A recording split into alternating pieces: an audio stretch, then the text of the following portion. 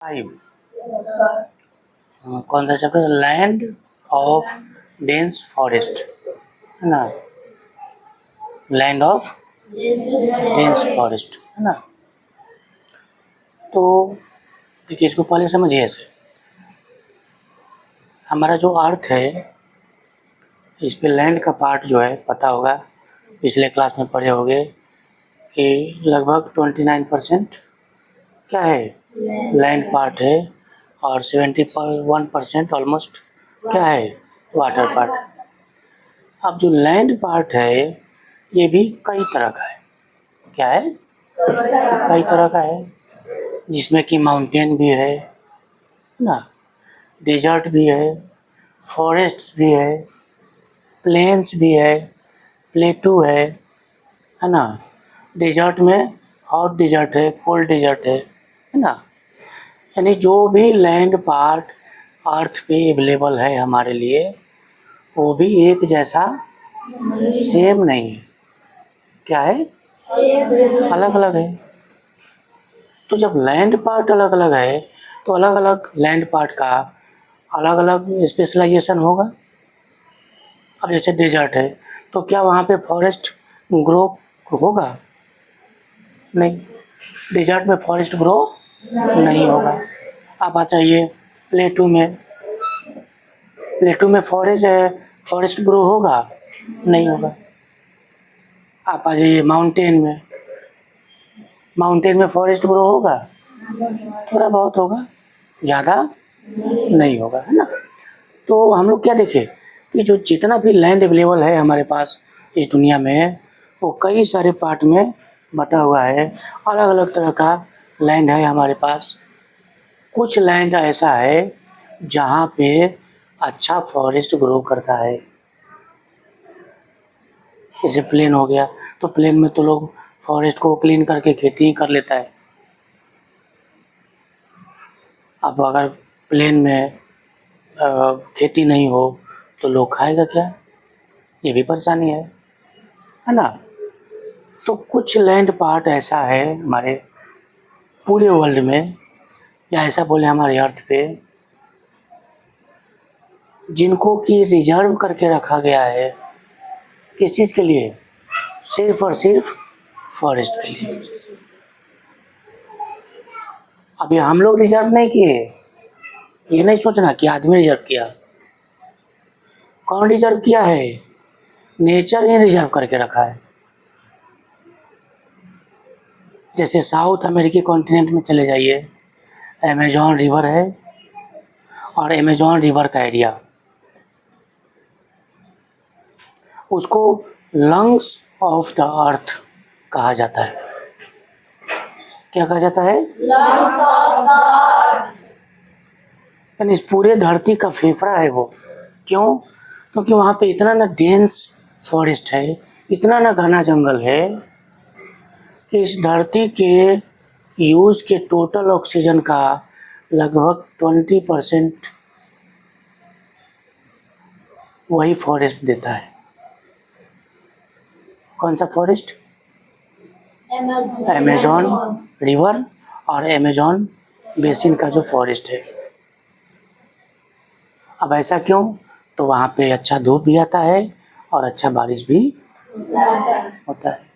Amazon river, जो कि पूरे वर्ल्ड में जितने भी रिवर्स हैं उनमें सबसे ज़्यादा वाटर को लेके चलता है अपने साथ। ठीक है। तो अमेजॉन रिवर क्या करता है? दुनिया का सबसे ज़्यादा वाटर बॉडी लेके चलने वाला फॉरेस्ट है। यानी दुनिया में जितनी भी नदी है, सारे नदी से सबसे ज़्यादा पानी किस में है? अमेजॉन नदी में। ठीक है। अब आते हैं, हम लोग को इस चैप्टर में अमेजॉन को नहीं पढ़ना। सेम एक और रिवर है और देश है, यहाँ भी ऐसा ही डेंस फॉरेस्ट है। इसका नाम है कांगो रिवर। क्या नाम है? Congo river. कांगो या कांगो, कांगो रिवर।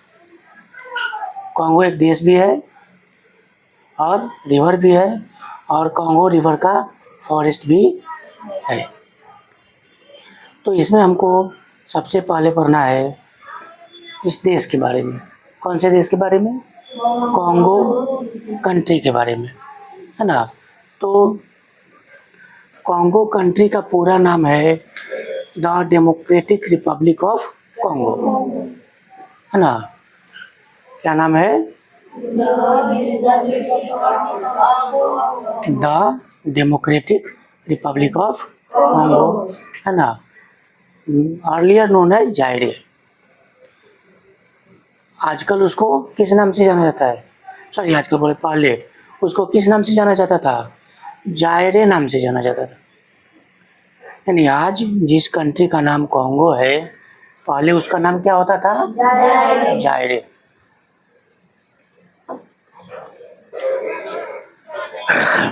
अब ये जो है अफ्रीकी कॉन्टिनेंट का कंट्री है। बताए थे पूरे वर्ल्ड में कितना कॉन्टिनेंट है? 7। कौन कौन? Asia, Europe, Africa, north America, south America, Antarctica, Australia, ठीक है। तो कॉन्गो जो है किस कॉन्टिनेंट का कंट्री है? अफ्रीकी कॉन्टिनेंट का कंट्री है। और इसके साथ एक डेटा भी जुड़ा हुआ है। डेटा क्या है? तो ये डेटा है, it is the third largest country in Africa. Africa का तीसरा सबसे बड़ा कंट्री है ये। कौन? कॉन्गो, है ना। चलिए, अब इसके कैपिटल का क्या नाम है? किंशासा, है ना। कैपिटल मतलब क्या होता है? राजधानी, है ना। राजधानी क्या है? किसी भी देश का ऐसा पार्ट जहाँ से उस पूरे देश का एडमिनिस्ट्रेशन चलाया जाता है या उस पूरे देश को चलाया जाता है। जैसे हमारे देश इंडिया का कैपिटल क्या है? न्यू दिल्ली। दिल्ली एक स्टेट है और न्यू दिल्ली, है ना, एक क्या है? हमारे देश का कैपिटल है। इसको दिल्ली एनसीआर भी कहा जाता है। क्या बुलाता है? दिल्ली एनसीआर। एनसीआर का मतलब हुआ नेशनल कैपिटल रीजन, राष्ट्रीय राजधानी क्षेत्र। दिल्ली एक स्टेट भी है, याद रखना, और दिल्ली हमारे देश का कैपिटल भी है। तो दिल्ली का एक पार्ट एनसीआर है जहाँ से पूरे देश का एडमिनिस्ट्रेशन चलता है, और दिल्ली का बाहर का पार्ट दिल्ली स्टेट है जहाँ पे दिल्ली गवर्नमेंट काम करती है ना। और दिल्ली एक स्टेट भी नहीं है, सेमी स्टेट बोलेंगे उसको। सेमी स्टेट क्यों बोलेंगे? क्योंकि वहाँ पे गवर्नमेंट भी है, और वो गवर्नमेंट है और साथ में वो यूनियन टेरिटरी भी है। क्या है? यूनियन टेरिटरी मतलब केंद्र शासित प्रदेश। ऐसा क्षेत्र जहाँ का शासन किसके हाथ में है? सेंट्रल गवर्नमेंट के हाथ में है, ठीक है। तो इतना सारा चीज़ है। अब चलिए आगे।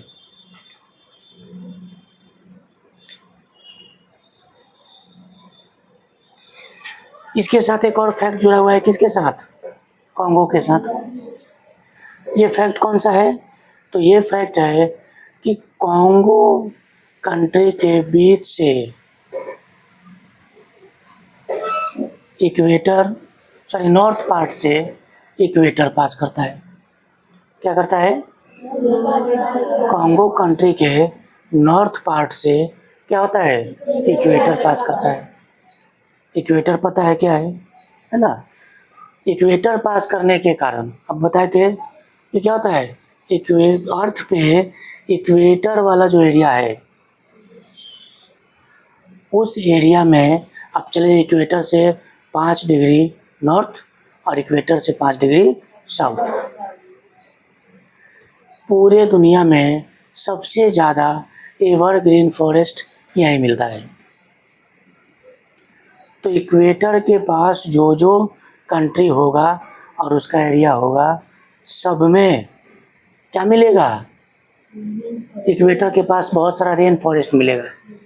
क्या मिलेगा? Rain forest. इसको ट्रॉपिकल रेन फॉरेस्ट भी बोलते हैं, ठीक है। एक रेन फॉरेस्ट मिलेगा। क्यों? क्योंकि इक्वेटर के पास सबसे ज़्यादा क्या होता है? गर्मी होता है, और ज़्यादा गर्मी होने के कारण यहाँ पे सबसे ज़्यादा बारिश भी ऑलमोस्ट डेली।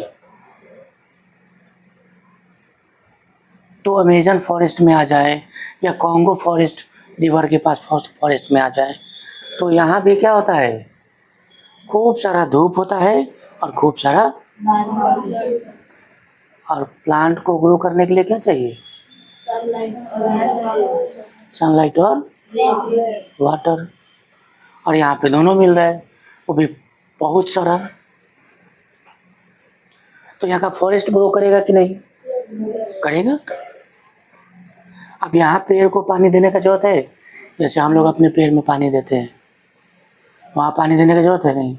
बहुत लंबा लंबा पेड़ होता है, एक एक पेड़ 50-50 फीट का, और इतना डेंस फॉरेस्ट होता है कि आदमी उसमें चल नहीं सकता। और नेचुरल वेजिटेशन इतना ज़्यादा, अलग अलग तरह का पेड़ पौधा जीव जंतु वहाँ पे होता है। कई तरह का जीव जंतु ऐसा होता है कि अगर काट ले तो आदमी,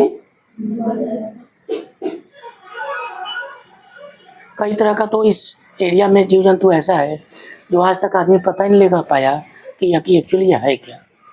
अमेजन फॉरेस्ट की बात कर रहे हैं।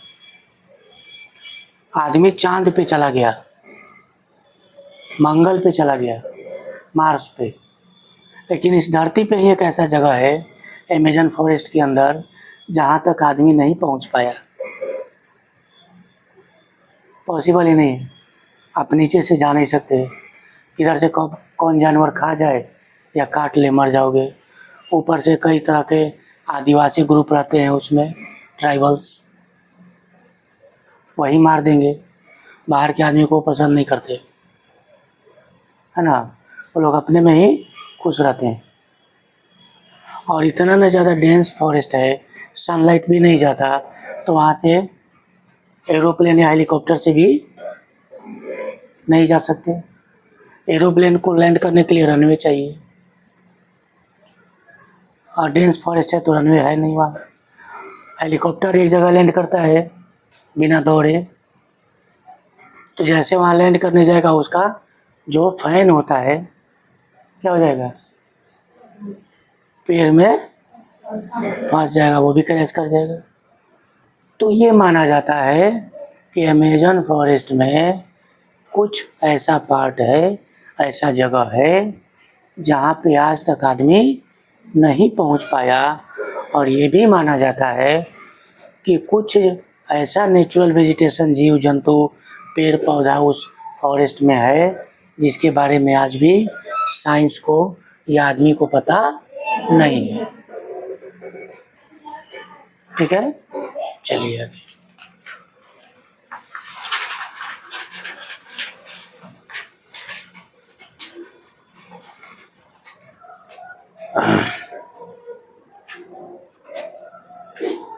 अब आइए, location of democratic Republic of Congo.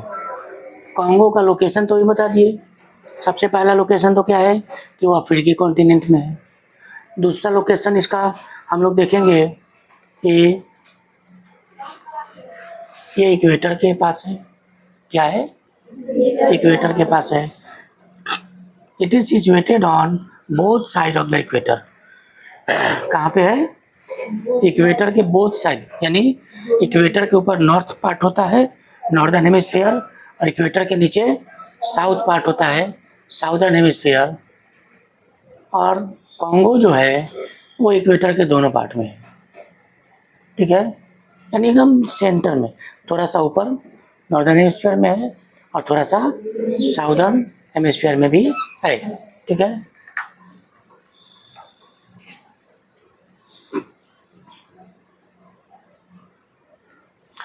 इसका एक और है, इसका एक मेजर पार्ट, बहुत बड़ा पार्ट इसका क्या है? कॉन्गो का डेंस फॉरेस्ट है, बहुत ही घना जंगल है। मेजर पार्ट में क्या है कॉन्गो में? बहुत ही घना जंगल है। और अभी बताए पिछले जस्ट अभी बताए कि कॉन्गो कंट्री का नाम किसके नाम पे पड़ा है? कॉन्गो रिवर के नाम पे। तो कॉन्गो कंट्री में एक बहुत बड़ी नदी फ्लो करती है, इसका नाम क्या है? Congo river. क्या नाम है? कॉन्गो रिवर, है ना। और ये जो है इस रिवर का स्पेशलाइजेशन क्या है कि it is one of the largest river in the world. क्या ये दुनिया का सबसे बड़ा नदी में से एक है। सबसे लंबा नदी तो कौन है? नील नदी। और ये भी कहाँ है? अफ्रीका में ही है। अमेजन फॉरेस्ट में रिवर भी काफ़ी बड़ा रिवर है, नदी है। और कॉन्गो रिवर भी काफ़ी बड़ा रिवर है। अब आते हैं गंगा। तो गंगा नदी इंडिया की सबसे लंबी नदी है। गंगा नदी क्या है? इंडिया की सबसे लंबी नदी है। लेकिन दुनिया की सबसे लंबी नदी कौन है? नील नदी, है ना। चलिए,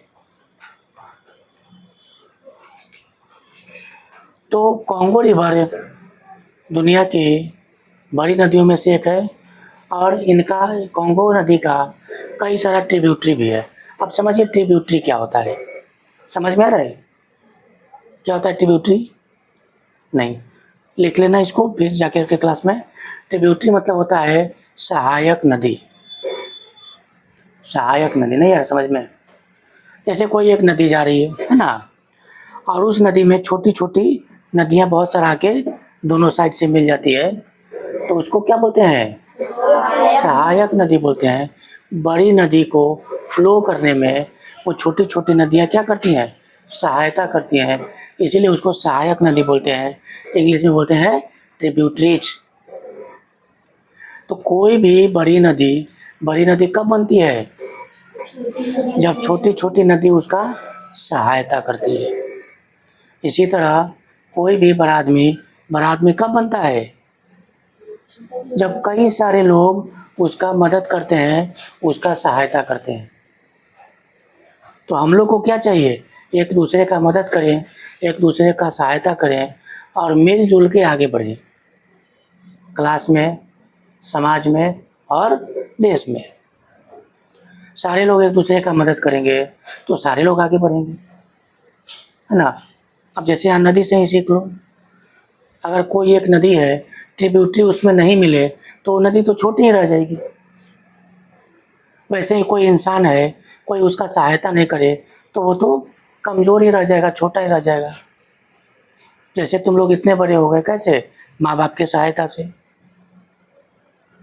मम्मी पापा सहायता नहीं किए होते तो जन्म के पहले दिन ही मर जाते। नहीं, क्योंकि बच्चा जब जन्म लेता है तो कैसा होता है? हेल्पलेस होता है, जिसको बोलते हैं असहाय। वो डिपेंड होता है किस पे? माता पिता पे, चाहे वो जानवर हो या आदमी हो। हाँ, ये है कि जानवर का बच्चा डिपेंड जल्दी हो जाता है और आदमी के बच्चे को डिपेंड होने में टाइम लगता है। तो नदी से हम लोग क्या सीख रहे हैं? एक दूसरे का मदद करना। एक दूसरे का मदद करके बड़ा बना जा सकता है। और अगर एक दूसरे का मदद नहीं किया तो छोटे रह गए, कमज़ोर रह गए, है ना। तो हमेशा हेल्पफुल होना चाहिए। चलिए, तो कई सारे ट्रिब्यूटरीज कॉन्गो नदी में मिलती है और इसको बड़ा बनाती है।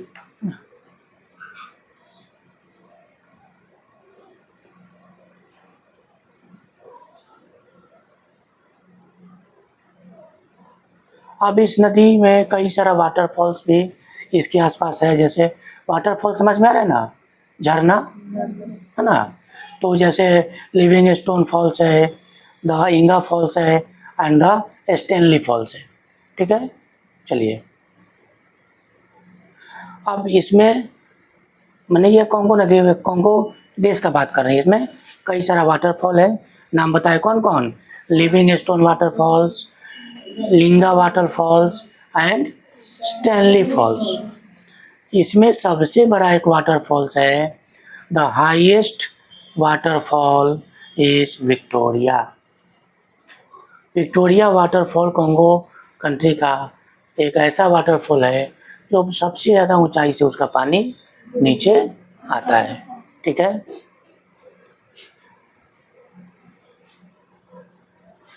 अब देखिए एक और चीज़ समझिए, कोई भी रिवर जब बहती है, फ्लो में रहती है, तो वो कहीं से शुरू होती है और कहीं पे जाके ख़त्म होती है। तो मैक्सिमम रिवर इस दुनिया का कहाँ पे जाके ख़त्म होती है? किसी न किसी सी में या ओशियन में। ठीक है, अब सोचोगे ओशियन में, सी में उतना सारा पानी कहाँ से आया? अब नदी को देखो, नदी कितनी छोटी है ओशियन के सामने, सी के सामने, है ना। लेकिन सी के पास उतना सारा पानी है, वो सब पानी कौन दिया है? ओशियन दिया है, रिवर दिया है। तो देखो छोटा सा रिवर लगातार पानी दे रहा है सी को, और सी के पास क्या है? इससे क्या सीखने के लिए मिलता है? कभी किसी को छोटा नहीं समझना चाहिए। एक और चीज़ सीखने के लिए मिलता है कि छोटा व्यक्ति मदद करके हमको क्या बना सकता है? बड़ा बना सकता है ना। तो छोटी सी नदी लगातार हेल्प करके सी को ओशियन बना देती है। एक और चीज़ सीखने के लिए मिलता है कि आप चाहे कितने भी छोटे हों, लगातार काम करते जाए, लगातार मेहनत करते जाए, तो एक दिन बड़ा चीज़ बना सकते हैं, है ना। नदी से हमको बहुत कुछ सीखने के लिए मिलता है ना। नदी का जर्नी, नदी कभी नहीं रोती। कोई पहाड़ उसका रास्ता रोक के खड़ा हो जाता है तो नदी बैठ के रोती है क्या कि बाप अब हम कैसे जाए आगे, बहुत बड़ा पहाड़ मेरे आगे आके खड़ा हो गया, हमको जाने नहीं दे रहा है। और बोलती है तुम खड़े रहो, अपना रास्ता चेंज करके चली जाती है। नदी क्या सिखाती है? हमेशा जीवन में आगे बढ़ते रहो और हमेशा दूसरे के लिए काम करो। नदी फ्लो में होती है तो जीव जंतु उससे पानी पीता है। कभी उससे पैसा मांगती है, मेरा पानी पी लिए दो? नहीं। रास्ते में पड़ने वाले जंगल को पानी देते जाती है, और लास्ट में बहुत सारा पानी किसको दे देती है? समुद्र को। किसी से कुछ लेती है? तो नदी हमको क्या सिखाती है? जीवन में देने वाला बनना चाहिए, मांगने वाला नहीं। नदी समुद्र के सामने छोटी है, फिर भी वो क्या करती है? समुद्र को देती है, समुद्र से लेती नहीं है ना। चलिए आगे।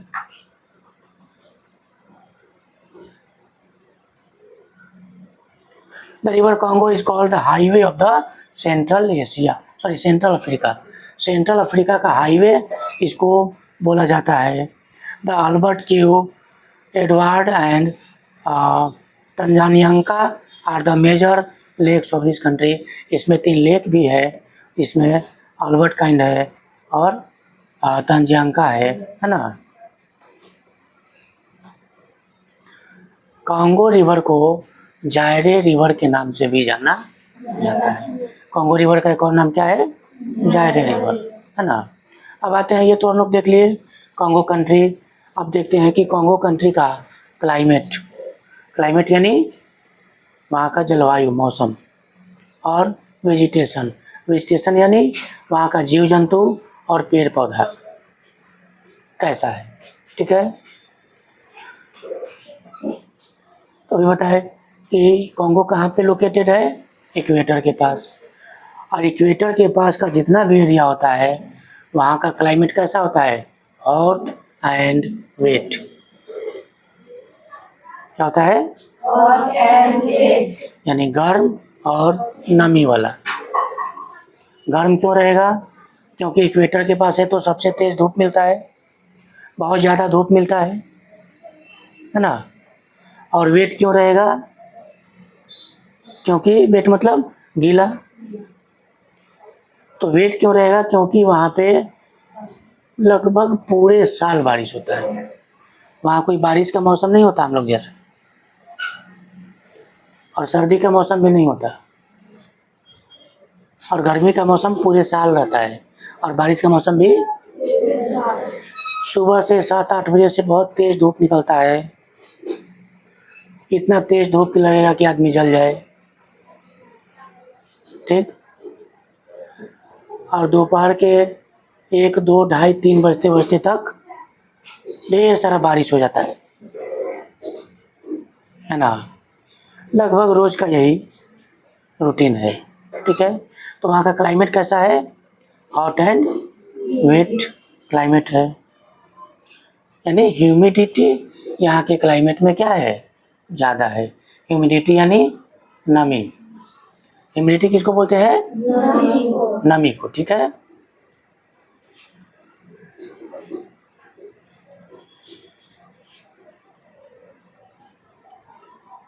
अब बताए वेजिटेशन। वेजिटेशन कैसा है? तो अभी बताए कि अमेजन रिवर में, बेसिन में और कॉन्गो बेसिन में, दोनों में बहुत ज़्यादा बारिश और बहुत ज़्यादा धूप होने के कारण बहुत ही डेंस फॉरेस्ट है, यानी तरह तरह का पेड़ पौधा और तरह तरह का जीव जंतु वहाँ पे मिलता है। यानी ये वेजिटेशन रिच एरिया है। क्या है? वेजिटेशन रिच एरिया है, बहुत ही ज़्यादा वेजिटेशन। अब वेजिटेशन मतलब होता है जीव जंतु का प्रकार, पेड़ पौधे का प्रकार, यानी किसी भी जगह पे जितना ज़्यादा जीव जंतु या पेड़ पौधा अलग अलग तरह का रहेगा, उस एरिया को वेजिटेशन रिच एरिया बोलते हैं। अब वेजिटेशन के मामले में सबसे पुअर एरिया कौन होगा? डेजर्ट। ना पेड़ पौधा मिलेगा, ना ही जीव जंतु मिलेगा। 1, 2 खजूर, बबूल, यही कैक्टस पेड़ पौधा के नाम पे मिलेगा, और जीव जंतु के नाम पे एक रेगिस्तान का स्नेक होता है, और एक लिजार्ड होता है रेगिस्तान का। ऐसे ही बहुत ही कम मिलता है वेजिटेशन। कहाँ पे? डेजर्ट में। लेकिन रेन फॉरेस्ट में वेजिटेशन क्या होता है? बहुत ही ज़्यादा होता है। अब आते हैं वाइल्ड लाइफ। वाइल्ड लाइफ मतलब जंगली जीवन। यहाँ का वाइल्ड लाइफ कैसा है? किस किस टाइप के जीव जंतु यहाँ के जंगलों में रहते हैं, ठीक है। तो देखिए, एलिफेंट्स है ना, कॉन्गो फॉरेस्ट में एलिफेंट्स मिलेगा, गोरिल्लाज मिलेगा, हिप्पोपोटामस मिलेगा, वाइट राइनोसोरस मिलेगा, मंकी मिलेगा, एप्स मिलेगा, टाइगर मिलेगा, एंड वाइल्ड बेफोलो मिलेगा, एंड मेनी मोर। ये तो मेन वाइल्ड लाइफ के बारे में बताया गया। छोटा बड़ा कई तरह का और भी बहुत सारा जीव जंतु वहाँ पे मिलेगा। वहाँ के लोगों का, पीपल का लाइफ कैसा है? Life of the people. तो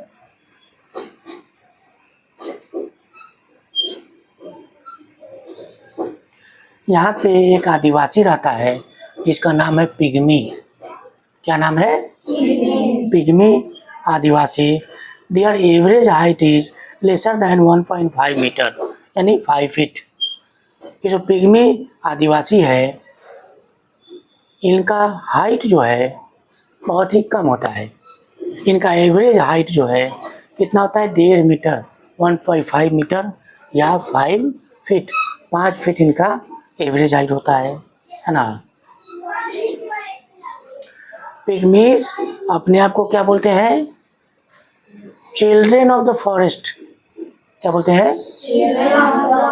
यानी जंगल का बच्चा। ये लोग अपने आप को क्या मानते हैं? जंगल का, फॉरेस्ट का चिल्ड्रेन मानते हैं। यानी इससे ये पता चलता है कि जंगल को, फॉरेस्ट को ये लोग अपने माँ बाप के समान मानते हैं या पूजा करते हैं।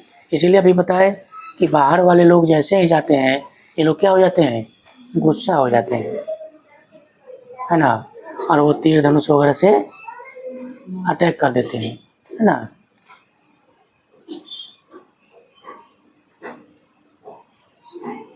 इनका लाइफ स्टाइल जो है पूरा का पूरा फॉरेस्ट पे डिपेंड होता है। ये लोग जंगल में ही घर बनाते हैं, जंगल के ही सामान से, जंगल से ही खाना लाते हैं, वही खाते हैं और वहीं रहते हैं। यानी पूरा का पूरा इनका लाइफ स्टाइल कहाँ से चलता है? जंगल से ही चलता है। किनका? पिग्मीज का, है ना। A large number of pygmies also live in the dense forest. Large number में पिग्मीज जो है कहाँ रहते हैं? डेंस फॉरेस्ट में, यानी घने जंगल में रहते हैं, ठीक है। They are short structured people who live in houses made of trees branches, twigs and leaves। अभी बताएं, जो भी सामान जंगल में मिलता है, जैसे पेड़ का डाल हो, पत्ता हो, उसी से अपना घर बनाते हैं छोटा सा और उसी में रहते हैं। Their main occupation is the hunting and gathering honey। इनका मेन ऑक्यूपेशन यानी काम क्या है? कैसे जीते हैं ये लोग? हंटिंग करते हैं, शिकार करते हैं, और दूसरा गैदरिंग हनी, फूड इकट्ठा, हनी मतलब शहद, शहद इकट्ठा करते हैं, ठीक है। कल पढ़ेंगे कि यहाँ पे कौन कौन सा मिनरल मिलता है।